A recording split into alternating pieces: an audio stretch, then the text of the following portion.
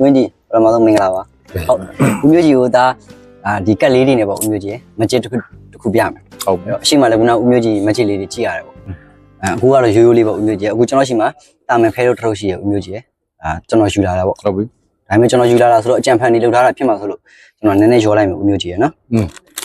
ကျွန်တော်နည်းနည်းရောလိုက်ဟုတ်ကဲ့ရောလိုက်ဘာမှမလုပ်တော့ဒီတိုင်းပဲထားလိုက်မယ်ဦးမျိုးကြီးရပြမှာတော့ဘယ်လိုမျိုးလဲဆိုတော့ဦးမျိုးကြီးတစ်ကနေ30အတွင်းကြိုက်တဲ့နံပါတ်တစ်ခုတော့ကျွန်တော်ပြောလိုက်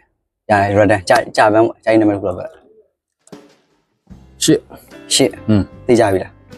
ပြောင်းကြည့်ပြောင်းလို့ရတယ်ဦးမျိုးကြီး6ကွာ6သိကြပြီနော်သိကြပြီပြောင်းမလားပြောင်းတော့6တော့မပြောင်းတော့โอเค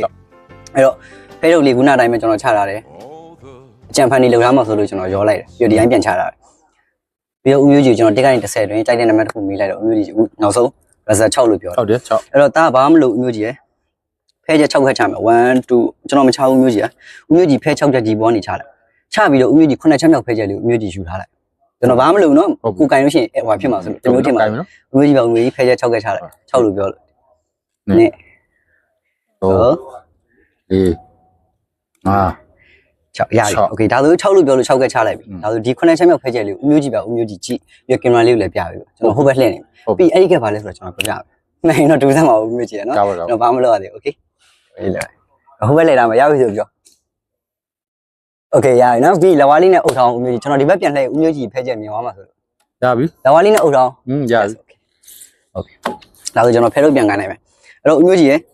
ဖဲတရဒီမှာအဆုံရှိရဗျာနော်ကတ်တရလည်းတကယ်နဲ့တကယ်မတူသလိုစီနီယာတိုင်းစီထားလည်းမရှိဘူးအဲ့တော့ဒီဖဲထုတ်တွေကနေပဲကျွန်တော်ကြိုက်တဲ့ကတ်တကယ်ရွေးဆိုတာမျိုးရိုးရိုးမလုပ်တော့ဘဲနဲ့ဦးမျိုးကြီးကိုနံပါတ်တစ်ခုမေးလိုက်တယ်ဦးမျိုးကြီးကြိုက်တဲ့နံပါတ်တစ်ခုပြောလိုက်တယ်အဲ့ဒီကတ်အရေးအတွက်တိုင်းချပြီးတော့ကြာမယ်ဦးမျိုးကြီးပါဦးမျိုးကြီးကတ်တကယ်ဆွဲထုတ်လိုက်တယ်အဲ့ဒီကတ်ဘာလဲဆိုတော့ကျွန်တော်မှန်အောင်ပြောပြမယ်ဟုတ်ပြီโอเคကျွန်တော်ထိုင်းကြည့်ရအောင်ဦးမျိုးကြီးကခုနအစမှပြောထားသလိုပဲနော်โอเคအဲ့တော့အဲ့ဒီကတ်လေးကကျွန်တော်ထင်တာမမောက်ဆိုလို့ရှိရင်ဦးမျိုးကြီးစိတ်လေးကိုကျွန်တော်ဆွဲယူလိုက်မယ်ဦးမျိုးကြီးရဲ့မျက်လုံးကနေပဲကျွန်တော်အယောင်တွေလည်းမြင်နေရပြီအယောင်တွေလည်းမြင်နေရတယ်နံပါတ်တွေလည်းမြင်နေရတယ်ဘာလို့တနေ့ကိုတူတူရှိနေရအောင်ရှိနေဦးမျိုးကြီးရဲ့စိတ်ငွေ့သက်တွေကျွန်တော်ရှိကိုခံစားနေရတယ်โอเคကျွန်တော်ပြောလိုက်တော့မယ်ပထမဆုံးအနေနဲ့ကျွန်တော်နံပါတ်ကိုမပြောခင်အယောင်အရင်ပြောမယ်ကျွန်တော်ထင်တာမမောက်ဆိုလို့ရှိရင်ဦးမျိုးကြီးယူလိုက်တဲ့ကဲ့ရဲ့အယောင်ကအနီယာမဟုတ်ဘူးအနက်ရောင်အနက်ရောင်မှာဦးမျိုးကြီးရဲ့စပိတ်ရဲ့ညင်းဆိုပြီးရှိတာ哦ဦးမျိုးကြီးနောက်ဆုံးမှ result ပြောနော်ကျွန်တော်အခုပြောတဲ့ဟာတွေကိုဟုတ်တယ်မဟုတ်ဘူးမပြောနေရတယ်ပထမဆုံးအနေနဲ့ဦးမျိုးကြီးကအနက်ရောင်အပွင့်အနေနဲ့ပြောမယ်ဆိုလို့ရှိရင်ထူးဆန်းတယ်ညင်းလေးညင်းလေးခလက်ပေါ့မြန်မာလိုပြောရင်ခလက်ညင်းလေးပေါ့နော်အနက်ရောညင်းဟုတ်ပြီဟုတ်ပြီနောက်ဆုံးစက်တက်ကတော့ဘာလဲဆိုတော့သေချာပြောတော့ဟုတ်ပြီ